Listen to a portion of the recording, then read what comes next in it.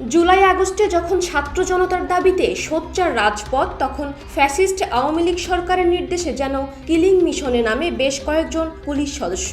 দেশের বিভিন্ন স্থানে পাখির মতো গুলি করে মারা হয় ছাত্র জনতাকে।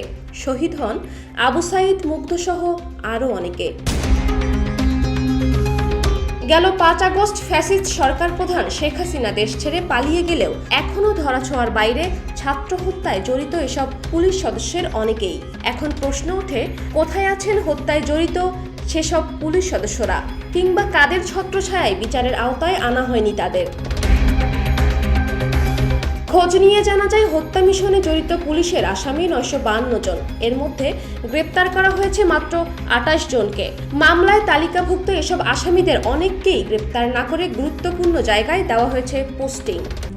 RICL TMX, যুগের পর যুগ স্থাপনা থাকে মজবুত।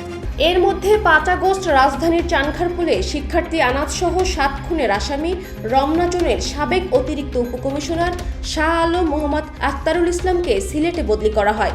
সম্প্রতি গ্রেপ্তারের বিষয়টি টের পেয়ে পলাতক আছেন তিনি। এছাড়া রমনার ডিসি আশরাফুল ইসলাম জুলাই হত্যা মামলার আসামি। তিনি বর্তমানে রংপুর রেঞ্জ অফিসে সংযুক্ত আছেন। অন্যদিকে কেউ এবিপিএনে, কেউ কক্সবাজারের উখিয়ায় এবিপিএনে, কেউ গাজীপুরে শিল্প পুলিশে কর্মরত আছেন। শাহবাগ থানার সাবেক ওসি মোস্তাফিজুর রহমান বর্তমানে বরিশালের ইন সার্ভিস ট্রেনিং সেন্টারে কর্মরত আছেন।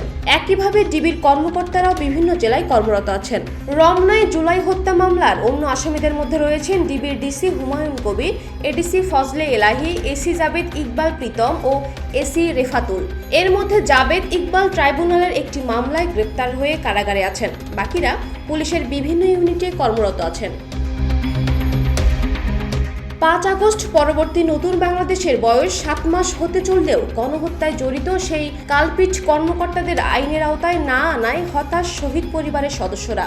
জানান, এখনই গ্রেফতার করা না হলে বাকিরাও আত্মগোপন বা দেশ ছেড়ে পালিয়ে যাবে। চাকরিতে বহাল থাকলে জুলাই হত্যা মামলায় জড়িত অপরাধীদের রক্ষায় অপচেষ্টা চালাবে তারা। এ অবস্থায় গণহত্যায় হুকুমদাতা ও সরাসরি জড়িত পুলিশ কর্মকর্তা সহ জড়িত সদস্যদের দ্রুত গ্রেপ্তার করে দৃষ্টান্তমূলক শাস্তির দাবি জানান তারা। গণহত্যায় জড়িতদের বিচার প্রসঙ্গে ট্রাইব্যুনালের প্রসিকিউটর গাজী মোনাওয়ার হোসেন তামিম বলেন, জুলাই হত্যা মামলার তদন্ত পর্যায়ে পুলিশ বা অন্য কারো মাধ্যমে সন্দেহভাজন আসামিরা তথ্য পেয়ে যাচ্ছে, ফলে গ্রেফতারের আগেই তারা পালিয়ে যাওয়ার সুযোগ পাচ্ছে। শহীদ পরিবারের দাবি পূরণে ট্রাইব্যুনালের গ্রেপ্তারি ক্ষমতার বিষয়টি বিবেচনার কথা বলেন তিনি।